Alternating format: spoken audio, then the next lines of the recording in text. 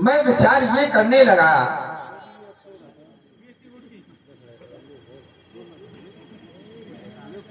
हृदय में विचार किया कि महात्मा परशुराम जी का आगमन हुआ, सभा में घोषणा हो गई, तो मैं एक तर्क पर पहुंचा। तर्क क्या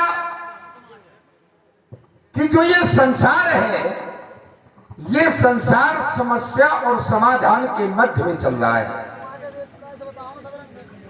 अगर इस संसार में समस्या है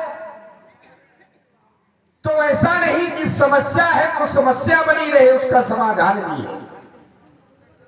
और ऐसा नहीं कि समाधान हो जाए फिर समस्या ना हो। तो समस्या है तो समाधान है, और समाधान है तो फिर समस्या है। लेकिन पहले कौन है? इसी सुंदर प्रस्तुति में देखिए, तर्क लक्ष्मण जी दे रहे हैं, परशुराम जी तक पहुंचा रहे हैं समस्या और समाधान। इसी में पुनः हमारे बुंदेली मिक्स प्रोग्राम के संचालक, जिनका यूट्यूब चैनल लगा है ग्राम करही से, शिवपाल जी की ओर से 100 मुद्राएं श्री लक्ष्मण जी के चरणों में समर्पित है। साधुवाद। यहां पर एक समस्या थी। समस्या क्या थी कि धनुष नहीं टूट रहा था, ये समस्या थी। राजा जनक की समस्या थी कि धनुष का खंडन नहीं हो रहा था। यहां तक कि राजा जनक के द्वारा घोषणा कर दी गई कि अब जन क्यों माथे भटमानी और वीर विहीन मही में जानी पीरों का अपमान कर दिया गया।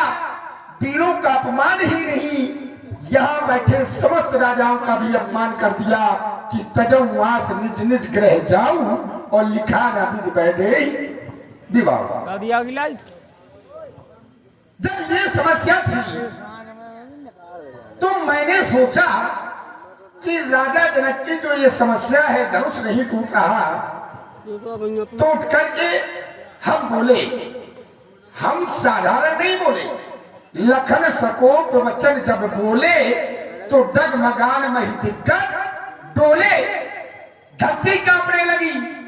हमने सोचा शायद हमारे बोलने से राजा जनक की समस्या का समाधान हो जाए, लेकिन हुआ क्या? हमारे बोलने से राजा जनक की समस्या का समाधान तो नहीं हुआ, लेकिन हमारे भैया ने क्या किया कि सैन ही रघुपत लखन निवारे और प्रेम सहित निकट बैठाए। प्रेम से अपने पास बिठा लिया। तो वहां पर हमें एक शिक्षा मिली क्या कि अगर कोई भी समस्या है तो समस्या का समाधान कभी क्रोध के द्वारा नहीं हो सकता। समस्या का समाधान कभी क्रोध के द्वारा नहीं होता। अगर समस्या का समाधान होता है तो सिर्फ प्रेम के द्वारा। संतों का आशीर्वाद मिला, किसी संत ने आशीर्वाद दिया, आज्ञा दी, और राजा जनक की जो समस्या थी उसका समाधान हो गया, यानी कि धनुष का खंडन हो गया। अब धनुष का खंडन हुआ, राजा जनक की समस्या का समाधान हुआ कि अब एक समस्या और पैदा हो गई है। क्यों?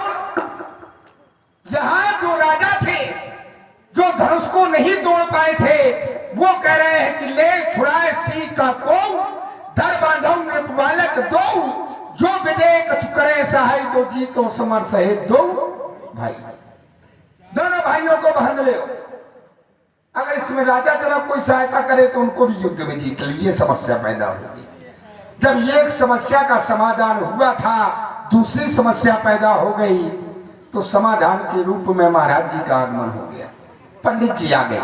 जो राजा ऐसा कह रहे थे कि इनको बांध लो, राजा से युद्ध कर लो, राजा जनक बोले सीता को छुड़ा लो, तो राजा क्या कर रहे हैं, स्थिति क्या हुई? वही राजा पितु समेत कह निजनामा और करन लगे सब दंड इनके चरणों में पड़ने को हो गए। तो मैंने विचार किया कि जिसके द्वारा पुण्य किया जाए और उसी के द्वारा अगर पाप होने लगे, जिसके द्वारा पुण्य किया जाए और उसके द्वारा अगर पाप होने लगे, समस्या का समाधान इन्हीं के द्वारा हुआ।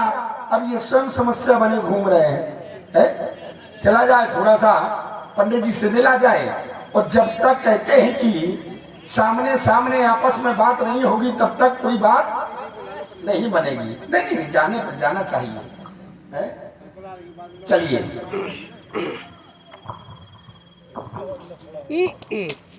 और पंडित जी ठीक है साहब? बड़ा क्रोध है। हाँ, क्रोध के मूल में धनुष धनुष टूट गया है ना? धनुष टूट गया। टूट गया तो टूट गया, होश। और जो हो गया सो हो गया। अब क्या करोगे तुम कि क्या करेंगे हम? पर जो होना था वो तो हो गया बाचाल का है? महाराज, अगर आप धनुष के टूटने पर क्रोध कर रहे हैं तो सर्वप्रथम तो आपके श्री चरणों में मेरा पुनः प्रणाम स्वीकार हो। कुल समेत स्वर्ग में जाओ। अगर क्रोध धनुष के टूटने पर है तो महाराज हम आपको बतला दें, बहुत ही तोरी लड़काई जब हमारी बाल्यावस्था थी तब महाराज हमने एक नहीं, दो नहीं, तीन भी नहीं, चार भी नहीं, पांच भी नहीं, कितनी बहुत, कितनी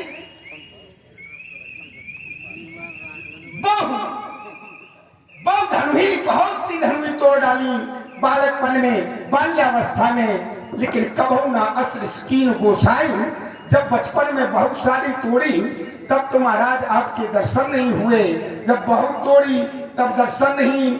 और महाराज अब एक टूट गया तो दर्शन के साथ साथ इतना लंबा चौड़ा प्रदर्शन, अरे राम। यही धन पर ममता की हेतु जानना चाहे कि इस धनुष पर ममता कौन सी है, क्या कारण है, क्या हेतु है, धनुष किसने तोड़ा? तो मेरी जानकारी तो ये है महाराज, मुंजी सुख का सम्मान कभी दुख का कारण बन जाता है। मीठे और मधुर बोलने से तोता पिंजरे में पाला जाता है। जो ज्यादा मीठा होता है वो अपना नाश कराता है, और गन्ने में गांठें होती हैं इसलिए कोल्हू में पेला जाता है। हमारे भैया ने मीठे वचन कहे तो महाराज आपको क्रोध और बढ़ाया है। सबसे पहले बोल उठे इसलिए चोर हमें ठहराया है। अच्छा अपराधी हम ही सही, हमने ही जहन निचोड़ा है। महाराज जो करना हो सो करे, आपसे धनुष हमीने तोड़ा है महाराज। ये धन पर ममता की हेतु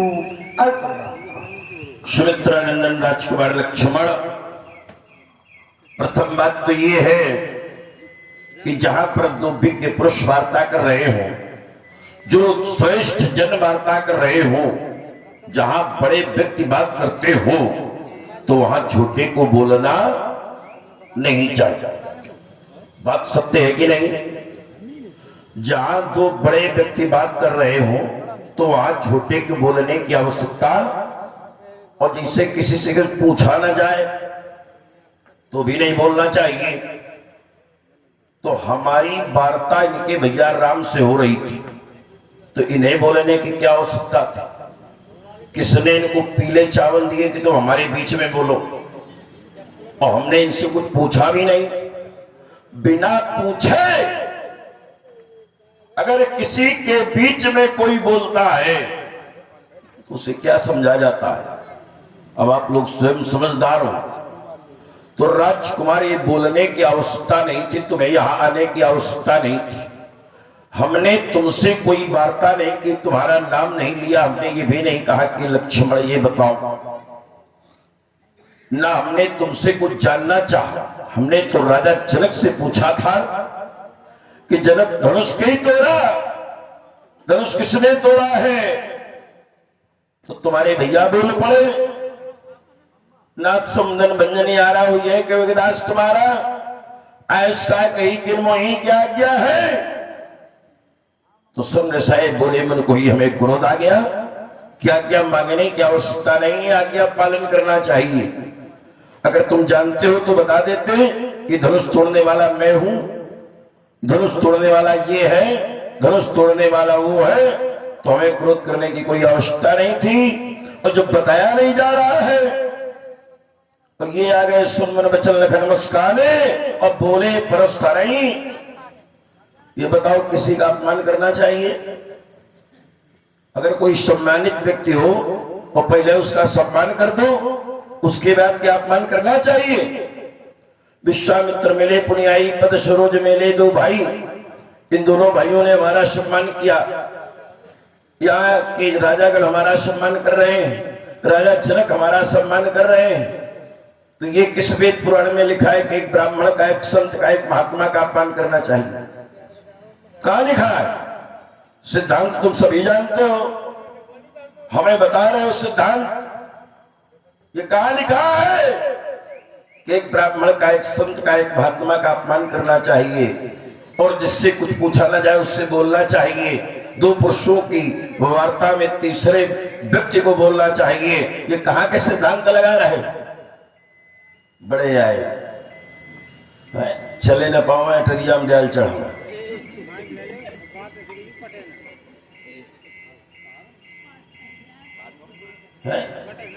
भाई हमने जब पूछा नहीं तो बताने की क्या आवश्यकता है? एक बात इन्होंने कहा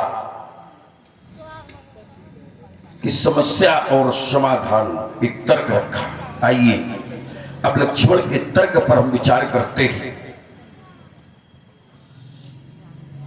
लक्ष्मण के द्वारा तर्क निकल करके आया कि ये संसार समस्या और समाधान के बीच में है। ये बात सत्य है। ये संसार समस्या और समाधान के बीच में है, लेकिन संसार की समस्या संसार नहीं है। सभी विद्वान श्रोता बैठे हैं यहां पर, भले ही कम संख्या में लोग हैं, लेकिन जितने लोग हैं सब सुबुद्ध हैं। श्रोता प्रबुद्ध हैं, ज्ञानी हैं। श्रोता सुमत सुशील सुच कथा रसिक हरिदास, जो नृत्य के प्रेमी थे वो चले गए। अब इस समय वही हैं जो भगवत प्रेमी है, जो सर्व कल्याणकारी पुरुष हैं, जो अपना कल्याण चाहते हैं, जिनके द्वारा भगवत चिंतन होता है, भगवत आराधन होता है, और जो भक्त हैं, प्रेमी हैं भगवान के, वही इस समय विराजमान है। तो अब इसको समझना है। ये संवाद बड़ा गूढ़ है, और जहां श्रेष्ठ श्रोता होते हैं तो आरत अधिकारी जहां पावे तो गूढ़ हो तब तो न साधु दुराव। हम थोड़े समय में भी ये सब करके जा सकते हैं, लेकिन प्रयास करेंगे कि आप तक कुछ पहुंचाने। अब बताइए, लक्ष्मण ने कहा कि संसार समस्या और समाधान के बीच में है, और हमारा तर्क है लक्ष्मण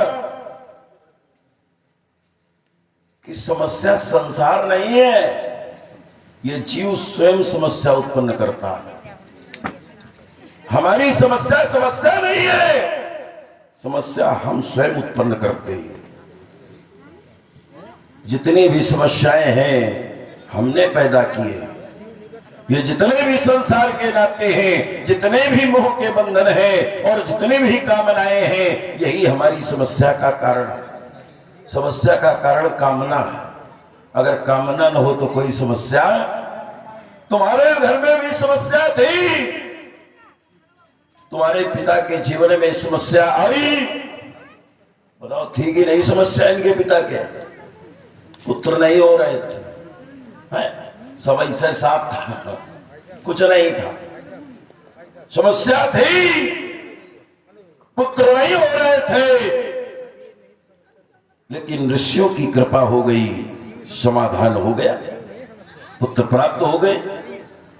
फिर समस्या आई, राक्षसों ने यज्ञ विध्वंस करना प्रारंभ किया, तो जो समस्या के समाधान बने, उसी समाधान के द्वारा उस समस्या का पूरा समाधान हो गया। आज फिर समस्या आई, फिर समाधान हुआ, लेकिन अब समस्या के रूप में तुम खड़े हो। समस्या हम नहीं है बेटा, ज्यादा लंबा हो रहा है। ना हम लंबा करेंगे तुम्हें, ना हम समस्या है, ना हमारी समस्या है। समस्या तुम हो और तुम्हारी समस्या है। चलो ठीक है, हमारी कोई समस्या नहीं। अच्छा ये बताओ, एक क्षण, केवल एक बात और कहूंगा, इसके बाद तुम्हारे लिए पूरा समय है।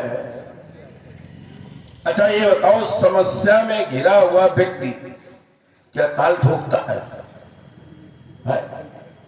समस्या में घिरा हुआ व्यक्ति ताल नहीं ठोकता है। समस्या में घिरा हुआ व्यक्ति ललकारता नहीं है। समस्या में घिरा हुआ व्यक्ति क्रोध नहीं करता है। समस्या में घिरा हुआ व्यक्ति हाथ जोड़ता है। और परशुराम किसके हाथ जोड़ रहे हैं? परशुराम के स्वयं सब हाथ जोड़ रहे हैं। इसलिए हम समस्या में नहीं है। एक बात लक्ष्मण ने कहा था कि संसार में कोई भी समस्या क्रोध के द्वारा किसी भी समस्या का समाधान नहीं हुआ है, इसलिए क्रोध नहीं करना चाहिए। राजकुमार, क्रोध भी आवश्यक है।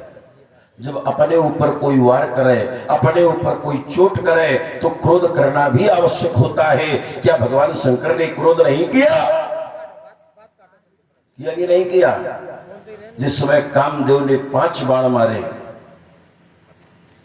5 बाण मारे तो नयन उघार सकल दिश देखी और भयो ईस मन क्षोभ विसेखी। क्षोभ माने दुख मिश्रित क्रोध हुआ। फिर सौरभ पल्लव मदन बिलोका और भयो क्रोध कंप्यो त्रैलोका। तो समय समय आने पर भगवान शंकर भी क्रोध करते हैं। अगर अपना कोई कार्य बिगाड़े, सामाजिक वस्तु को नष्ट करे, तो वहां पर क्रोध भी करना चाहिए। चलिए महाराज, बहुत लंबा हो रहा है। अब राजकुमार, तुमने कहा मैंने बाल्यकाल में बहुत सी दुनिया तोड़ी, बहुत धनुही तोड़ी, लड़काई कबो ना श्रेष्ठ गुसाई। बहुत सी दुनिया तोड़ी, तब आपके द्वारा क्रोध नहीं किया गया। ऐसा क्रोध नहीं किया गया। तो राजकुमार, ऐसा क्रोध इसलिए नहीं किया गया क्योंकि आज तक ऐसा धनुष नहीं टूटा है। ऐसा नहीं किया गया। तो ऐसा इसलिए नहीं किया गया कि ऐसा धनुष नहीं टूटा, और जब ऐसा धनुष नहीं टूटा तो ऐसा क्रोध नहीं किया गया।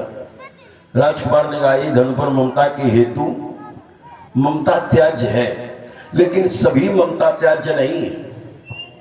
जो ममता वासना युक्त है, जो संसार के बंधन में डालने वाली है, ऐसी ममता त्याज्य है। लेकिन अगर ममता तोड़ो नहीं, जननी जनक बंधु शुद्धारा तन धन भवन सुहृद परिवारा, सबके ममता ताग बटोरी। ये 10 तागे हैं, सभी तागों को बट करके डोरी बना करके भगवान से जोड़ दे, वो ममता अच्छी होती है। स्वयं सुमेर पर्वत के ऊपर है नील पर्वत, और नील पर्वत में विराजमान है कौन? काकभुसुंडी जी। काकभुसुंडी जी कहते हैं, यही तन राम भगत में पाई, ताते वही ममता अधिकाई। तो जहां पर भक्ति है, भगवान का चिंतन है, वहां स्वार्थ नहीं होता, वो परमार्थ बन जाता है।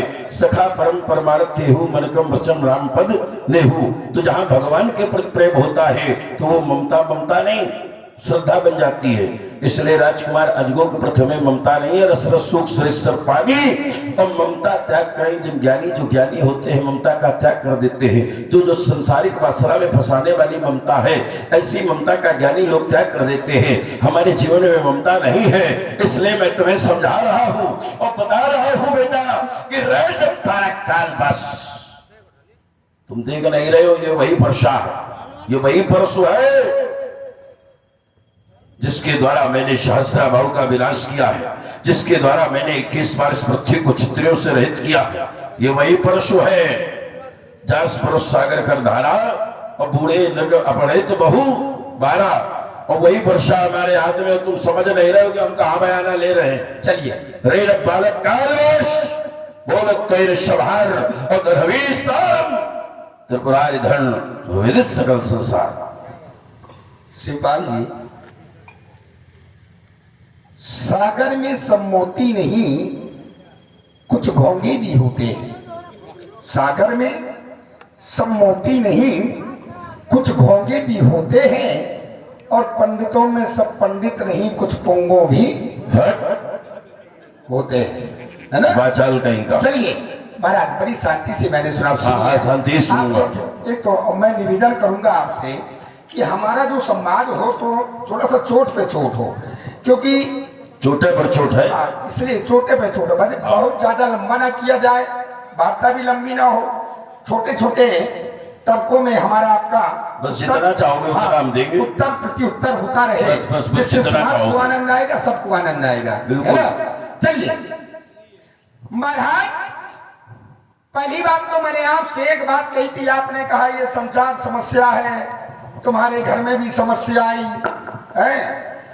आपने मेरा तर्क ये था कि कभी भी समस्या का समाधान क्रोध के द्वारा, मेरा प्रश्न ये था कि समस्या का समाधान कभी क्रोध से नहीं होता। आपने उत्तर दिया भगवान शंकर ने क्रोध किया और भगवान शंकर ने क्रोध करके कामदेव को जला दिया, तो वहां पर समस्या क्या थी? भगवान शंकर ने जो क्रोध किया था, क्या उस समस्या का समाधान हो गया था? भगवान शंकर का क्रोध जब शांत हुआ, जब रति जी पहुंची, जब भगवान शंकर का क्रोध शांत हुआ, वो भी प्रेम के द्वारा। अंत में चाहे जितनी बड़ी समस्या हो, क्रोध किया जाता है, लेकिन जब तक प्रेम नहीं दर्शाया जाएगा तब तक समस्या का पूर्णविराम नहीं हो सकता। भगवान शंकर के क्रोध करने से अगर समस्या का समाधान हो गया होता तो बताओ। भगवान शंकर का भी क्रोध शांत हुआ तो सिर्फ प्रेम के द्वारा। अब हमारी समस्या घर की बताई कि आप पुत्र नहीं हो रहे थे, हैं? तो हमारे पास संत ऋषियों के पास पहुंचे तो महाराज वो समस्या नहीं थी। कहते हैं कभी कभी किसी का दिया गया श्राप भी वरदान बन जाया करता है। जिस समय रावण ने ब्रह्मा जी की तपस्या की, रावण ने ब्रह्मा जी की तपस्या की, तो ब्रह्मा जी ने कहा कि वरदान मांगो। बोले मेरी मृत्यु किससे है? रावण ने कहा। बोले दशरथ के पुत्र से तुम्हारी मृत्यु है। तो वहां पर रावण ने वरदान ले लिया कि दशरथ के कोई पुत्र ना हो, और वहां पर ब्रह्मा जी ने वरदान दे दिया। जब वरदान दे दिया, रावण ने वरदान पा लिया, इसीलिए वहां पर राजा दशरथ को पुत्र नहीं हो रहे थे, लेकिन फिर भी हुए। समस्या का समाधान हुआ। क्रोध से हुआ कि महाराज प्रेम से हुआ? समस्या का समाधान राजा दशरथ के पुत्र नहीं हो रहे थे। अगर समस्या का समाधान अगर क्रोध से होता तो बताओ। समस्या का समाधान हुआ तो सिर्फ प्रेम के द्वारा हुआ। हाथ जोड़ करके विनय की कि मेरे कोई पुत्र नहीं है, आप हम पर कृपा कीजिएगा। तब उन्होंने कहा कि धर्म धीर हुई है सुख चारी। अब बताओ राजा दशरथ ने वहां क्रोध किया था कि प्रेम दर्शाया था? है? क्रोध करने से अगर राजा दशरथ के पुत्र हो जाते तब तो महाराज आपकी बात मान ली जाती कि क्रोध से समस्या का समाधान हो गया। दूसरी बात आपने कहा जहां दो लोग बोल रहे हो वहां पर तीसरी को नहीं बोलना चाहिए। किस हद से बोले? तो महाराज मैं आपको एक बात बतला दूं, अगर जब दो लोगों के मध्य में अगर कोई वार्ता है, कोई समस्या है, कोई प्रश्न है, अगर उस समस्या का समाधान अगर तीसरा व्यक्ति जानता है तो उस समस्या का समाधान करने के लिए उसे बोलना चाहिए। एक सिद्धांत आता है, आपत्ति काले मर्यादा नास्ति। आपत्ति के समय में व्यक्ति को हर मर्यादा नष्ट कर देनी चाहिए। कर लेनी चाहिए कि नहीं है? और वहां पर मैंने वही कार्य किया, क्योंकि वहां पर इतनी बड़ी आपत्ति थी। आपके द्वारा घोषणा कर दी गई थी कि 100 मिल गया विहाई समाजा, नहीं तो नत मारे देंगे सब। राजा यानी कि राजाओं के मरने मारने तक के लिए बात हो गई थी। अब ये बताओ आपत्ति है कि नहीं है? और जब ये आपत्ति है तो कहते हैं कि आपत्ति काल में मर्यादा को त्याग देना चाहिए। ये सिद्धांत है। वही कार्य मैंने किया महाराज। इस हक से बोला मैं, तो मेरा बोलना महाराज अनुचित नहीं है। रही बात आप कह रहे हैं कि ममता नहीं है धनुष पे, महाराज मुझे तो लगता है कि ममता के साथ साथ आपने कहा रस रस सूख सर्प सरपानी, ममता क्या करे जिम ज्ञानी। ज्ञानी के जीवन में ममता नहीं होती, ये तो मैं जानता हूं कि ज्ञानी के जीवन में ममता नहीं होती। फिर श्री परशुराम जैसे ज्ञानी के जीवन में ममता के साथ साथ मुझे लगता है माया का भी प्रभाव हो गया। माया का भी आविर्भाव है। कैसे? ऐसे है, कैसे नहीं ऐसे। बताओ। ममता माया क्या है? माया मैं अनमोल तोड़ते, माया ये मेरा है ये तेरा है, यही तो माया है। ममता के 10 स्थान बताए गए। जननी जनक बंधु सुत दाना तन धन भवन सुहृद परिवारा, 10 स्थानों में ममता है।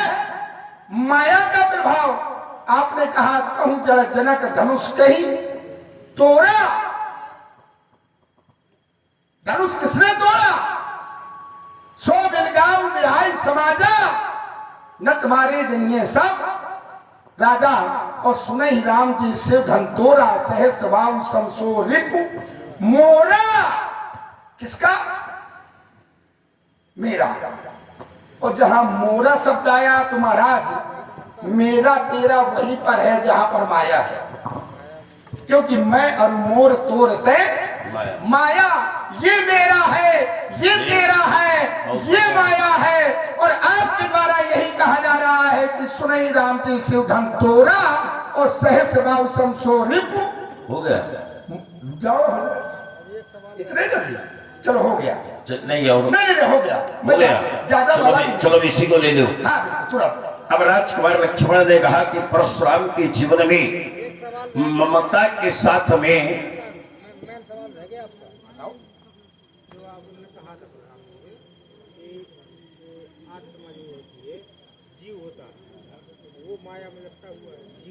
ममता के साथ में आइए, ममता के साथ में माया भी है परशुराम के जीवन में।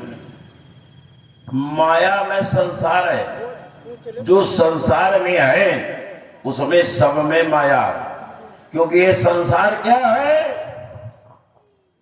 तो मम माया संभव संसारा जीव चराचर विविधि प्रकारा।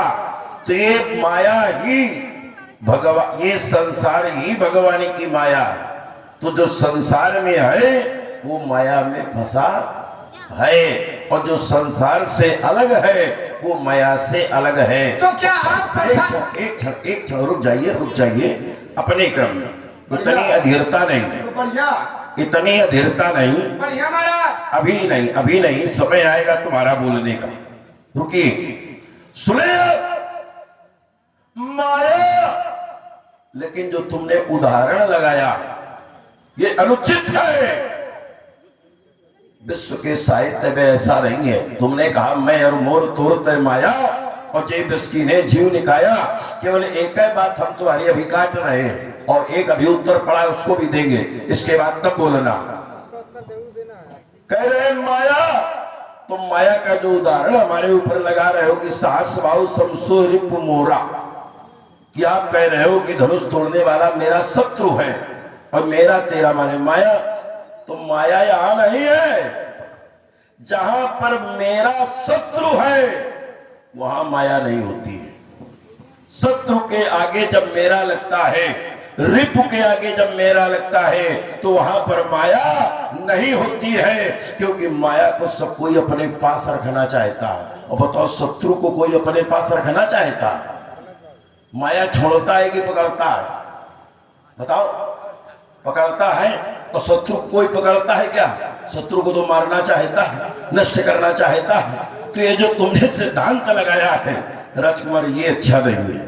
प्रयास तुम्हारा ठीक रहा, लेकिन ये माया वाला सिद्धांत जो तुमने साहस भाव समसोर मोरा, विश्व के साहित्य में ऐसा कहीं नहीं है कि जहां रिपु शब्द का प्रयोग किया जाए और उसके आगे मेरा लग जाए वहां पर माया हो, ऐसा आज तक हमने नहीं सुना है। अगर तुम्हें कहीं उदाहरण मिल जाए तो हमें बताना, हम स्वीकार भी कर लेते हैं। आइए, एक दूसरा उदाहरण है।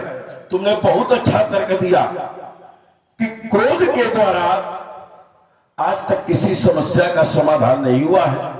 हमने उदाहरण दिया कि क्रोध तो भगवान शंकर ने भी किया था।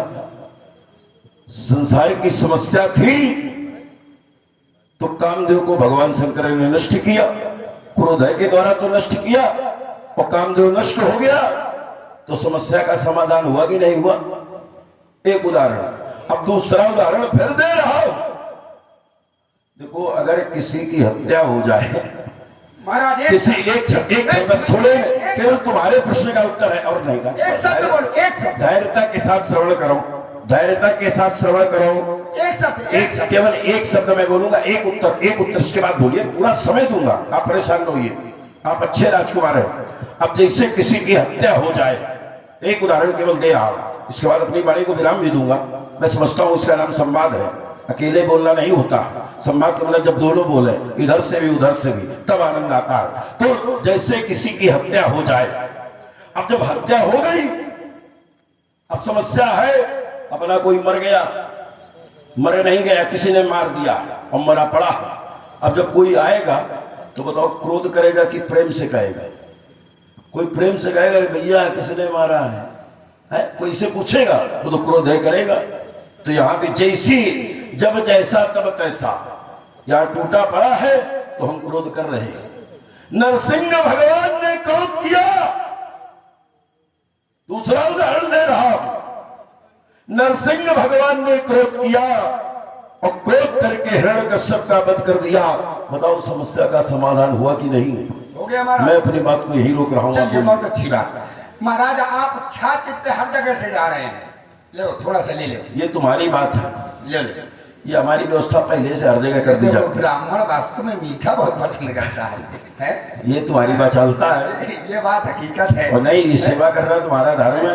चलिए महाराज, आप कह रहे हैं ना कश्यप ने वहां पर नरसिंह भगवान ने क्रोध किया, क्रोध करके हिरण्यकश्यप का वध किया, तो क्या वहां पर समस्या का समाधान हो गया? हिरण्यकश्यप का वध करना ही समस्या थी क्या? नरसिंह भगवान का क्रोध क्या हिरण्यकश्यप के मरने के बाद शांत हुआ? नहीं हुआ। यहां तक कि ब्रह्मा, विष्णु, महेश सब लोग डर रहे थे, 33 करोड़ देवी देवता डर रहे थे कि अब ये क्रोध कैसे शांत होगा। तब सहारा किसका लिया? प्रहलाद का। जब प्रहलाद उनके पास पहुंचे और उनकी गोद में बैठ गए तो उसको अपनी जीभ से चाटने लगे, और इतनी देर तक चाटा जब तक उनका क्रोध। अब बताओ, प्रहलाद जी वहां क्रोध में गए थे, गोद में बैठने की प्रेम से गए थे, है? और क्रोध जो शांत हुआ तो प्रेम से हुआ कि क्रोध से? प्रेम से। कभी भी समस्या का समाधान कभी क्रोध से अंत नहीं होता, प्रेम के द्वारा ही समस्या का समाधान पूर्ण विराम होता है। ठीक है, जैसे मैं आज की धरातल में आपको एक उदाहरण दे रहा हूं। अगर किसी का झगड़ा होता है, अगर किसी का झगड़ा होता है तो अब जाओ, बीच में बोलोगे तुम्हारा आज सोच लो। नहीं, बीच मैं आपसे बड़ी विनम्रता से मैंने आपके पैर छुए थे, लेकिन आपने बोलने नहीं दिया। अब थोड़ा सुन लो। ठीक बोलो। किसी का झगड़ा होता है, और जब झगड़ा होता है तो क्रोध में होता है कि नहीं? और जब वो झगड़ा शांत जब होता है तो कैसे होता है? क्रोध में शांत होता है कि प्रेम से? चलो भैया, राजीनामा कर ले। अब बताओ, राजीनामा जब होता है तो प्रेम से होता है कि क्रोध से? है? लगता है पंडित जी पगले आ गए हैं। बचाल कहेगा, अब शब्द का प्रयोग नहीं। मुझे ऐसा है लग रहा है। दूसरी बात, महाराज आप कह रहे हैं धनुष टूटा, माया नहीं है। ये पट्टी किसी को और को बढ़ाना आप करें, किसी से कहीं एक प्रमाण दो कि रिपु के आगे शत्रु नहीं, मोरा नहीं लगता। हमारा सीधा सीधा कहीं प्रमाण देने की जरूरत ही नहीं है, सीधी अवधानी है। सहस्र बाहु समसो रिपु मोरा, ठीक है, मोरा। और ये मोरा शब्द माया का प्रतीक है। ज्यादा भड़बड़ाने की, कहीं जाने की जरूरत नहीं है। मोरा शब्द है, ये माया का प्रतीक है, क्योंकि मैं और मोर तोड़ते माया। ये ग्रंथ कहते हैं ये मेरा है, ये तेरा है, ये माया है। वो चाहे शत्रु लगा हो, चाहे जो कुछ लगा हो, लेकिन ये प्रतीक ठीक है, ये माया का प्रतीक है। और जब ये माया का प्रतीक है तो मुझे लगता है महाराज आप माया में बंधे हुए हैं। ठीक है, माया माया ऐसे नहीं जाती महाराज। ये धनुष आपका है, भगवान शंकर का धनुष है। भगवान शंकर आकर के क्रोध करते कि राजा जनक धनुष को तोड़वा दिया। चलो भगवान शंकर नहीं आए, कहीं चिलम लगा रहे हो, बहुत बढ़िया, भांग पी रहे हो कहीं, बहुत बढ़िया, बहुत भगवान शंकर नहीं आए, उनकी पत्नी आ जाती और कह देती कि राजा जनक धनुष क्यों तोड़वा दिया। चलो वो भी कहीं व्यस्त होंगे। उनके पुत्र गणेश आ जाते, कार्तिकेय आ जाते, वो आकर के कहते धनुष क्यों तोड़वा दिया। तुम कहा बड़ी अम्मा बने घूम रहे हो। बहुत अच्छा शब्द लगाया तुम कहा बड़ी अम्मा बने घूम रहे हो। बड़ी अम्मा भाई कहते हैं कि मतलब जिसका घर जल रहा है उसको आपत्ति नहीं है, पड़ोसियों को बड़ी आपत्ति है। धनुष भगवान शंकर का है, क्रोध उनको करना चाहिए। तुम कहा है महाराज। अब ये भी तुम्हारी गलत बात है। अब रुक जाओ, रुक गया। एक शब्द जो तुमने प्रयोग किया बड़ी अम्मा, ये हिंदी साहित्य में कहीं ये शब्द हमने पढ़ा नहीं, और कहीं नहीं, किसी ने भी नहीं पढ़ा होगा। लेकिन लक्ष्मण वाचाल है तो अपनी वाचालता के कारण ऐसे शब्द का प्रयोग कर देता है। इस पर हम कुछ नहीं कहेंगे। और इसका भी तर्क हमारे पास में है कि जब धनुष राजा जनक का है, धनुष राजा जनक का है और प्रतिज्ञा राजा जनक की है, तोड़ने वाले ने तोड़ा है, तोड़ने का विरोध हम कर रहे हैं, तो तुम दही में मूसर का है बने। ये बड़ी अम्मा का उत्तर है। फिर गलत बोले आप। ये बड़ी अम्मा का उत्तर है। अब चाहिए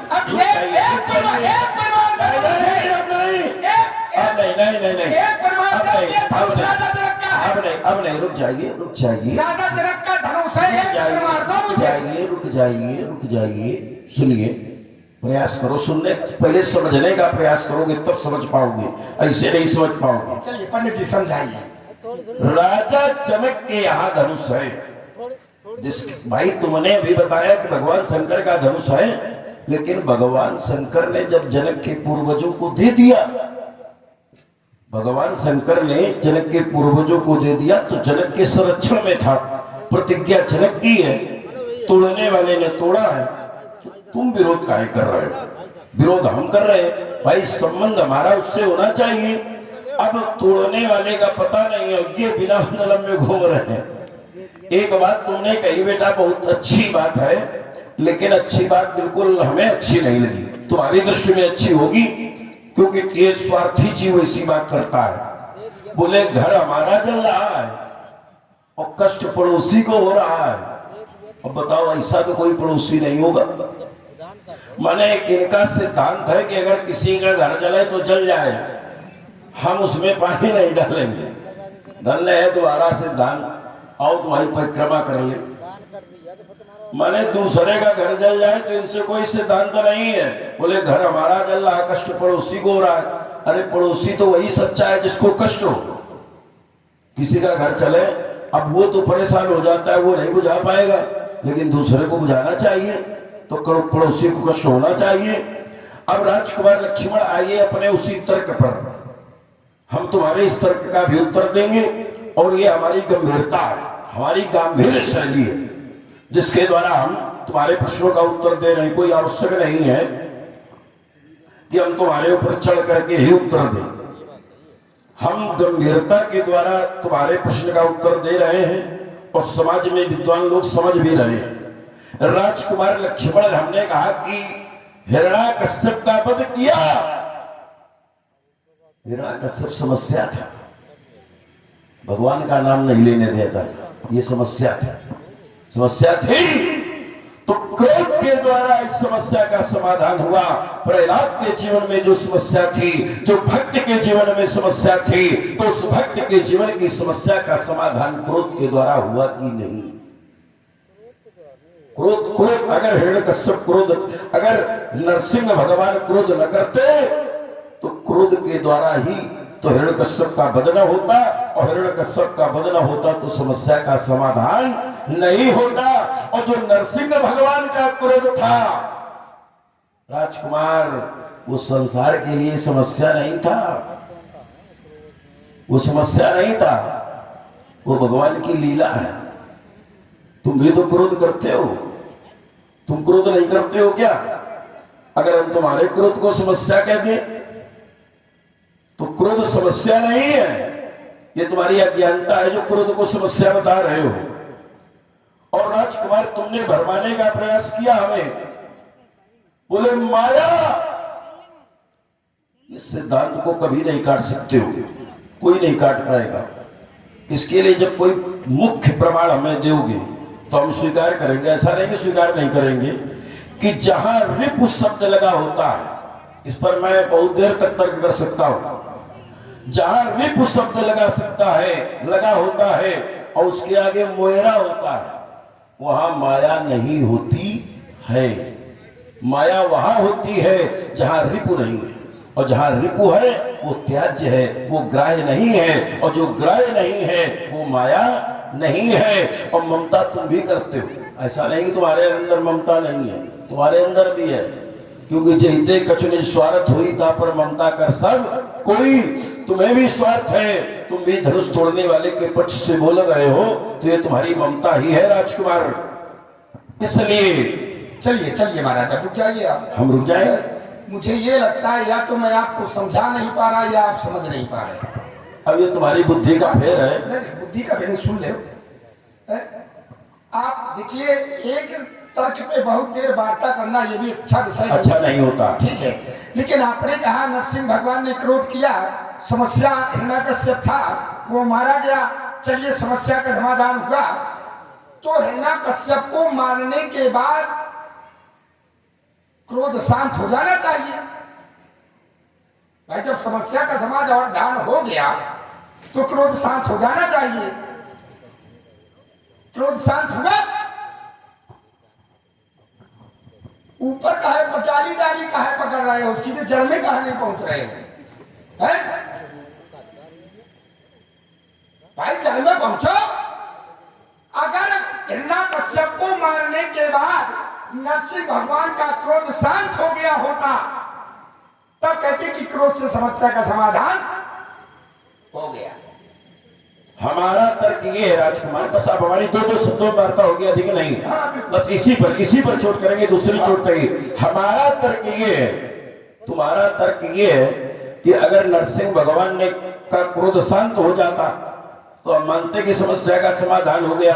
हमारा तर्क ये है कि क्रोध से भी समस्या का समाधान होता है। पहले हमारी बात को ध्यान से सुन लीजिए। तुम अभी कह रहे थे कि या तो मैं समझा नहीं पा रहा हूं या तो तुम समझ नहीं पा रहे हो।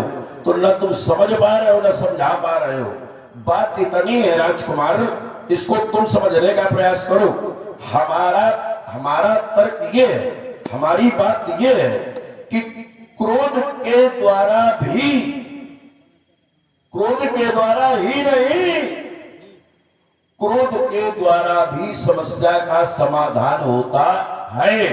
अगर नरसिंह भगवान क्रोध करके हिरण्यकश्यप का वध न करते तो प्रहलाद को जो सताया जा रहा था, एक भक्त की समस्या थी, तो उस समस्या का समाधान नहीं होता।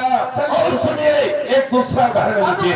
बिल्कुल बिल्कुल बिल्कुल अच्छा, एक कभी अच्छी बात भी सुन लिया करो। जैसे घर के चार बच्चे आपस में लड़ रहे हैं, पर घर के ही चार बच्चे अपने ही बच्चे आपस में लड़ रहे हैं, ये समस्या है। और जब घर का मालिक, घर का मुखिया आकर के क्रोध करता है, तब शांत होते कि नहीं होते?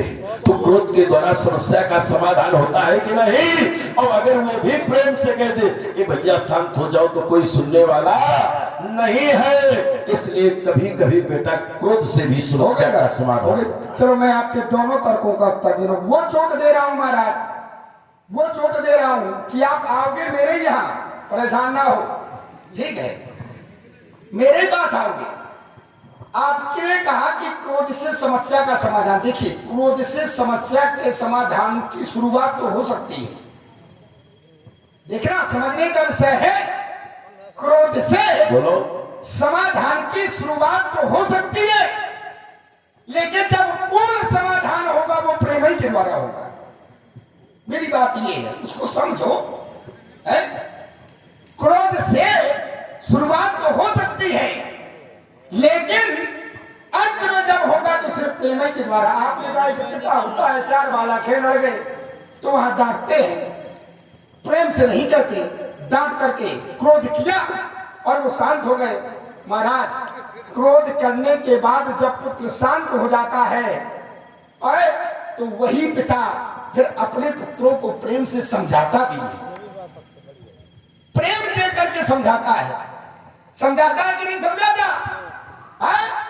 और नहीं तो ऐसा होता है कि अगर पिता क्रोध कर देता है बच्चों पर तो बच्चे पिता को छोड़ करके भाग जाते हैं, और वो जब भाग जाते हैं कि नहीं भाग जाते, और जाकर के पता नहीं क्या क्या काम करने लगे, बिगड़ जाते हैं। तुम्हारे जैसे होते भाई भाग जाते। रुक जाओ, भाग जाते हैं। तो पिता क्रोध तो करता है बच्चों के ऊपर, क्रोध करने के बाद फिर उनको प्रेम से समझाता है कि कहीं मेरे बच्चे मेरे क्रोध से मुझसे दूर। आप महाराज प्रेम ही के नीचे परेशान ना हो। राजकुमार लक्ष्मण जब ये सभी देख लिया तो बड़े सोच समझ नहीं वो देख रहे हैं। हाँ, और दूसरी बात मैंने आपसे कहा था कि अगर पड़ोसी का घर जल रहा है, अब सुन लो, पड़ोसी का घर जल रहा है, भाई मेरा घर जल रहा है, पड़ोसियों को आपत्ति है, तो इन्होंने कहा ये देखो लक्ष्मण का सिद्धांत है कि भाई ये पानी तक न डालेंगे, जलने दो। तो महाराज पानी डालेंगे कब? जिसका घर जल रहा है पहले वो पानी डालेगा। अच्छा है? भगवान शंकर का धनुष है। और कदाचित वो न हो। कौन ना हो? कौन है? जैसे घर का मालिक न हो। कैसे नहीं हो? तुम पानी न डालो। वो एक अलग विषय हो गया, हमारा तो अलग। भगवान शंकर, क्या भगवान शंकर को मालूम नहीं है कि धनुष टूटना है? भगवान शंकर ने राजा जनक से स्वयं कहा कि धनुष तोड़वा दो। बेटा ये लग नहीं रहा। सुन लो, अब इधर भी भगवान शंकर ने राजा जनक से स्वयं कहा है कि तुम धनुष तुड़वाओ। धनुर्मति हम ते गए हैं ते पूर्व ते दस प्रतिज्ञात्मा कार्य तोरी नाम चापो खंडत खंडत गतोपि हरा।